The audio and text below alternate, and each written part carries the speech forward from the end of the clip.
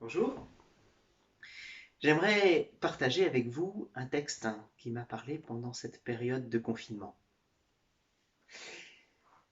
Il se trouve dans le dialogue de Jésus avec la femme samaritaine en Jean 4, à partir du verset 19.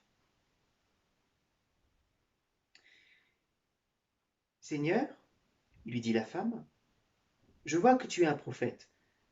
Nos ancêtres samaritains ont adoré Dieu sur cette montagne, mais vous, les Juifs, vous dites que l'endroit où l'on doit adorer Dieu est à Jérusalem.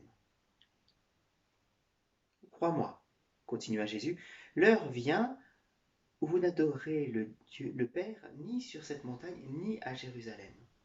Vous, vous adorez Dieu sans le connaître. Nous l'adorons et nous le connaissons, car le salut vient des Juifs.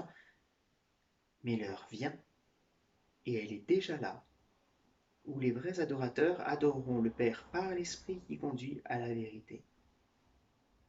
Car ce sont de tels adorateurs que le Père recherche. Dieu est esprit, et il faut que ceux qui l'adorent le fassent par l'Esprit qui conduit à la vérité.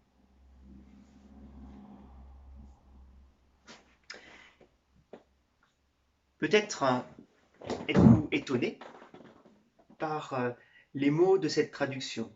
Adorer par l'esprit qui conduit à la vérité. On a peut-être dans l'oreille les mots de la version seconde qui dit adorer en esprit et en vérité. Les traductions dynamiques comme la Semeur, la Français courant ou la Nouvelle Français courant choisissent plutôt par l'esprit. En relisant le texte, le dialogue, je me suis rendu compte qu'il était aisé de mal comprendre les paroles de Jésus pourtant très connues. Adorer Dieu en esprit et en vérité. J'ai moi-même fait cette erreur. Vite lue, elle donne l'impression que l'important pour adorer, c'est ma disposition intérieure. Je dois trouver en mon esprit l'adoration vraie. Si la démarche de recherche de sincérité est bonne, il ne faut pas se méprendre. Jésus ne dit pas ici que le secret de l'adoration vraie est de se plonger un peu plus en soi-même, comme on le ferait avec une technique de méditation. L'adoration n'est pas une expérience personnelle, une affaire entre moi et Dieu, où ce qui compte le plus, c'est la disposition de mon cœur et où la communauté joue un rôle accessoire. C'est mieux avec, mais c'est possible sans, on n'en a pas besoin finalement. Or, si on regarde le texte, on voit que c'est pas ce que Jésus vient dire.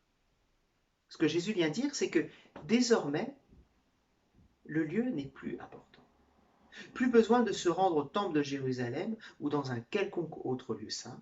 On peut adorer Dieu n'importe où, pourvu qu'on le fasse par l'Esprit Saint.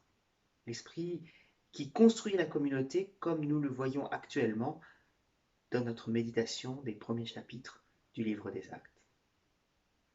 Et du coup, les traductions dynamiques sont, il me semble, plus faciles à comprendre que la vieille seconde et ses successeurs.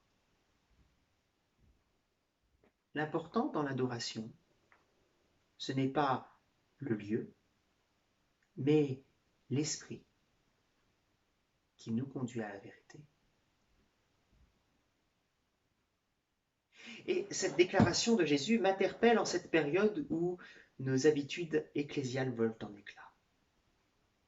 Je me rends compte combien le lieu où je me réunis d'habitude a de l'importance pour moi. Et ce lieu, c'est pas seulement la salle de culte où j'ai mes habitudes, peut-être la chaise où j'aime m'asseoir dimanche après dimanche. Le lieu, ce peut être aussi ce créneau du dimanche matin à 10 heures. C'est peut-être notre façon de faire le culte. D'abord un temps d'adoration, puis un temps fraternel et enfin le temps d'édification à travers la prédication. Ce peut être la durée de chacune de ces parties. Les chants que nous avions l'habitude de chanter, la façon d'interpréter de nos musiciens.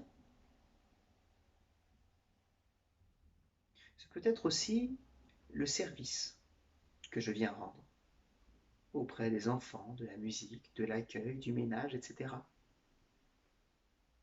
Ce peut être les visages connus, saluer, sourire, demander des nouvelles, etc. Tous ces éléments constituent pour moi un lieu, et je me rends compte parfois qu'il est difficile d'imaginer un culte autrement que comme ce que j'ai l'habitude, autrement que dans le lieu auquel je suis habitué. Du coup, cette période de confinement vient m'interroger. Qu'est-ce que l'adoration véritable? De quoi ai-je besoin pour adorer? Qu'est-ce que l'Église? Qu'est-ce qui me lie à elle? Sommes-nous toujours Église quand on ne peut plus se retrouver le dimanche matin? Nous nous rendons compte actuellement combien c'est difficile de continuer à être une Église ensemble. Et pourtant, Jésus vient nous dire que ce qui importe vraiment, c'est que nous l'adorions par l'Esprit. Que cette période nous permette de mieux comprendre ce qu'est l'adoration véritable et le cœur de l'Église. Prions. Seigneur, je veux te remercier pour la liberté qu'il y a en toi. Je veux te remercier pour ton esprit qui nous permet de t'adorer au-delà des lieux et des formes. Et Seigneur, j'aimerais vraiment te prier que cette période différente nous apprenne à t'adorer vraiment, nous apprenne quelle est l'essence de l'Église, nous apprenne à nous rassembler et à t'adorer par l'Esprit, à la recherche de la vérité qui est en toi. Je te prie au nom de Jésus. Amen.